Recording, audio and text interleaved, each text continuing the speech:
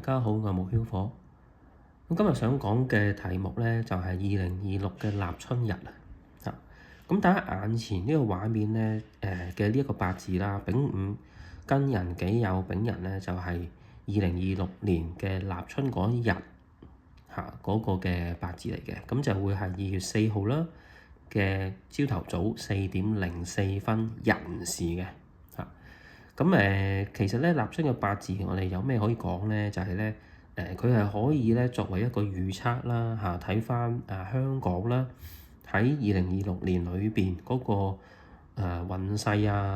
唔同角度都可以去解釋嘅，包括可能經濟啦，呢一個唔同嘅行業啦，或者可能最近比較大家會鍾意聽嘅，譬如金銀價嘅預測啦，各種各樣啦。咁呢個片咧就係想去講呢一樣嘢嘅。咁喺呢一個嘅八字裏邊咧，我哋望一望咯嚇。咁呢個八字咧，佢就好旺火嘅，因為壬午可以會火啦嚇。咁而咧，我哋睇到嘅就係咧，呢個八字佢個火好旺，而個金咧呢個庚同埋酉咧就係金嚟嘅。咁啲金咧就俾好多呢啲火咧就係圍住嘅。咁大家都知道啦。如果賣個金或者睇新聞都見到嗰啲收金嗰啲鋪頭點樣去用啲金係用啲火燒到去熔啊嘛。咁所以其實咧火咧就係克金嘅，火係克制啲金啲金咧遇到火就怕佢就會熔噶啦嘛。咁因此咧即係話呢一個相食呢兩個嘅一個庚金啦，一個酉金啦，咁受到好大嘅限制啦，好大嘅圍困啦。咁我哋變咗可以點樣理解咧？首先我哋要睇下而家個主題係咩先？我哋當香港就係呢個己即係嗰個命主啦，咁樣香港啦。咁而喺經濟角度裏邊，原來咧相食係代表咩？代表啲子民啦，代表一啲反對嘅聲音啦，咁呢啲嘢啦。咁即係話喺2026年裏邊咧，其實咧市民嘅生活咧都係比較辛苦啲嘅，佢會比較辛苦啲。咁同埋咧喺政府嘅內部咧即係如果以政府嗰個方面去預測嘅話，係嚟自咧啲問題係會有反對聲音，而啲反對聲音咧係嚟自自己多過出邊嘅。咁係咩意思咧？譬如一個例子就係現在就講得好犀利嘅就係嗰個教師嗰度啦，就話要好似取消呢個公務員制，然之後每3年就要重新好似考個牌咁樣嘅。咁佢公務員即係教師嘅公務員，咪就係佢自己有啊嘛，佢係政府嘅人嚟噶嘛。咁而我相信呢一個嘅政策如果正式推行嘅話，咁會有好多嘅反對聲音，就係嚟自公務員啦，因為直接就喐到嗰啲公務員級嘅教師嗰啲職位啦。咁呢個係其中一個例子即係來自內部嘅反對咁而就係話但係咧印星係好強喎，即係火印星好強。咁呢個印星咧就係代表咩？照顧香港嘅市民咩係照顧香港祖國咯咁中國香港嘛，係咪先？咁香港係中國其中一個城市嚟噶嘛，咁所以印星咧就可以比喻為咧就係中國大陸或者中國政府啦。咁呢一個政府咧，佢嘅印星咁強咧，佢喺2026咧就會好大力去支持香港政府嘅，好大力咁樣支持個命主嘅。個意思就係咁無論佢推行啲咩政策甚至係支持到出晒面嘅。即係如果睇翻之前嗰幾年嘅時間咧，會睇到有陣時啲印星咧係沉底就冇浮面嘅。咁即係話其實暗底都係支持，但係冇咁明顯地去做呢一樣嘢。但係現在咧就好明顯啦，擺明就撐你㗎啦，你做啦，即係咁樣。咁所以坐住特首位嗰個人咧，即係目前就係李家超啦，我哋嘅特首啦。咁佢應該喺2026咧就會做得比較舒服嘅。因為佢有好大嘅後援喺個靠山喺個後邊綁住佢啊嘛。咁變咗呢啲嘅問題咧，因為個火係克金而且個火咁強咧，呢啲嘅內部問題咧係不成氣候嘅只係一個 noise， 但係難以成為氣候啦，應該咁講啦因為啲金咧係受到個火咧係烘住辣住佢而個火係冇嘢去禁制佢嘅，冇嘅。OK， 好啦，咁呢個就係從嗰個政治或者係政府層面國家層面嚟到去做個分析啦，用呢個立春啦。咁而嗰個金價啦，或者睇下啦，咁最近喺上年2025年嘅秋季開始啦，新有出個3個月開始，咁啲金就已經喺度升啦。咁然之後去到1月嘅時候就爆上啦，咁由4000一路咧咁升到5500最高峰，然後1月過咗之後咧就即刻咧一入咗個立春附近嗰個丙午年咧，即火啊嘛，就即刻跌翻落去啦，係咪先？跌過最低去到4000好似4200、4300附近咁最近又上翻5000即係講緊美金咁所以咧就嗰個嘅個價錢變化都好大，令到好多人咧就將多年以嚟嘅儲藏嘅金啦攞晒去賣啦，亦都有好多嘅買翻嚟嘅即係我諗係啲國家級嘅層面或者啲大型機構佢就會鍾意買翻嚟啦，趁低吸納啦散戶鍾意趁高就放啦咁樣。咁而喺2026年嘅金銀價啦，即係金屬嘅價啦，咁唔係太睇好嘅，因為頭先提過啦，呢一個嘅金咧，呢個傷官同埋食神啦，受到好多個火去禁制佢嘅咁所以反映就係話呢個金銀價咧喺2026年咧都唔使點樣望佢有咩大升嘅。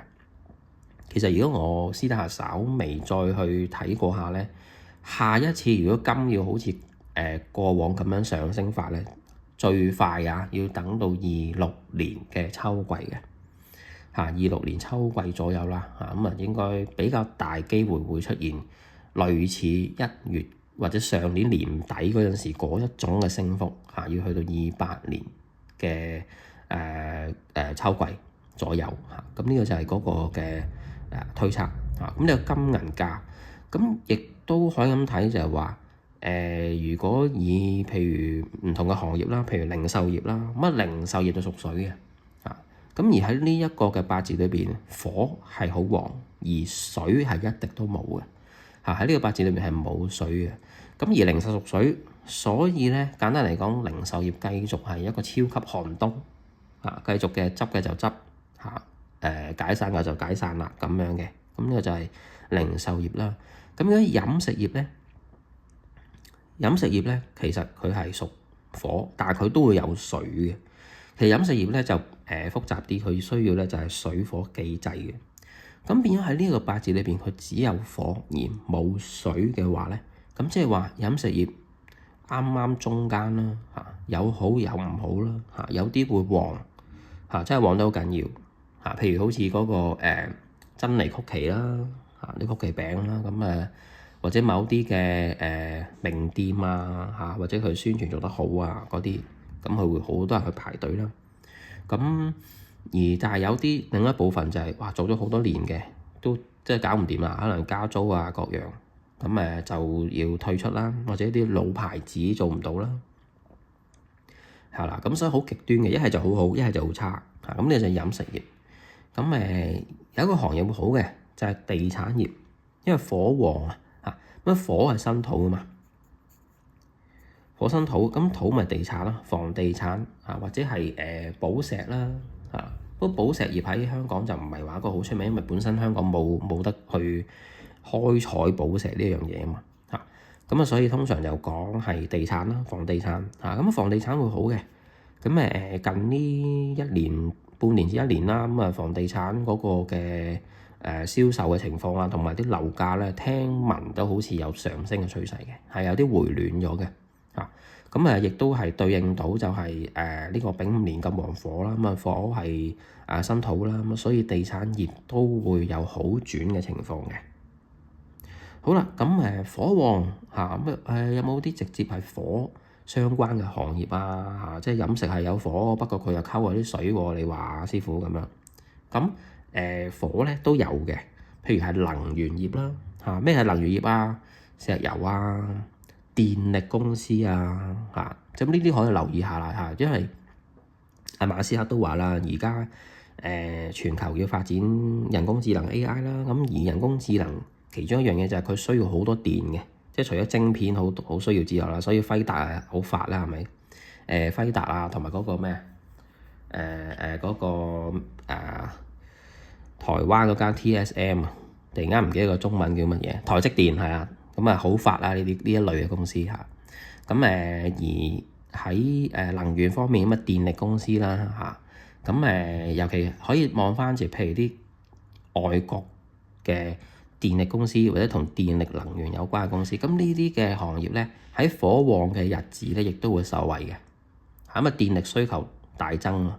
咁啊亦都會引申譬如一啲核能啊，會唔會咧？或者因為要整核電廠，會唔會令到嗰個鈾元素相關嘅公司又有相應提升咧？諸如此類咁樣，有好多相連瓜能騰騰令瓜嘅嘢嘅。咁就電力能源或者 Bitcoin 其實我覺得 Bitcoin 係屬火嘅喎，即係有聽過有啲人話 Bitcoin 係一種貨幣，咁所以應該屬金。但係調翻轉，我覺得佢係一種用啲數據砌出嚟嘢嚟㗎嘛，即係0同1喺個電腦數據嚟㗎嘛，咁所以我覺得佢屬火咯嚇。咁Bitcoin 我覺得會喺火旺嘅時間咧都會有回升嘅。咁而家就之前跌咗好多啦，跌咗去6萬啦，咁而家又回翻7萬啦嚇。咁所以我覺得 Bitcoin佢會有機會咧可以爆升嘅，可以上翻去上邊啦。但係以上呢啲咧唔係投資建議啊，即係純粹我用一個八字嘅形式去推測，簡單推測各行各業嘅一啲走勢嘅情況啊嚇，即係咁嘅意思嚇。咁立春咧，其實咧就大家可以去做啲咩啊？雖然已經過咗嗰一日啦，咁但係咧可以去攝下太歲啊，去一啲正廟度上下香啦嚇，咁唔使揀啲太多人嗰啲嘅嚇，啲好出名太多人嗰啲咧，有時啲氣好亂嘅，咁可以揀啲靜少少，或者揀一啲冇咁多人嘅時間去啦嚇。咁拜年嘅係咪？咁開開心心一家人嚇，咁就去唔同嘅地方去揾啲親朋戚友拜年啦嚇，或者翻大陸啦嚇，翻大陸消費啊，食啲好嘢靚嘢玩下享受下。咁呢個係一個好開心嘅時間嚟嘅，我哋需要喺立春呢段時間咧，就係保持呢個心境係開朗同埋好嘅狀態。因為點解咧？我哋要將呢一個氣氛嚇，將呢個感覺咧帶落去立春之後，即係2月啦，過年之後嘅時間嚇，希望可以全年都保持到呢一種嘅氣場，呢種開心高能量嘅氣場嚇，將呢個好運延續嚇，整年去延續咁嘅意思，明唔明啊？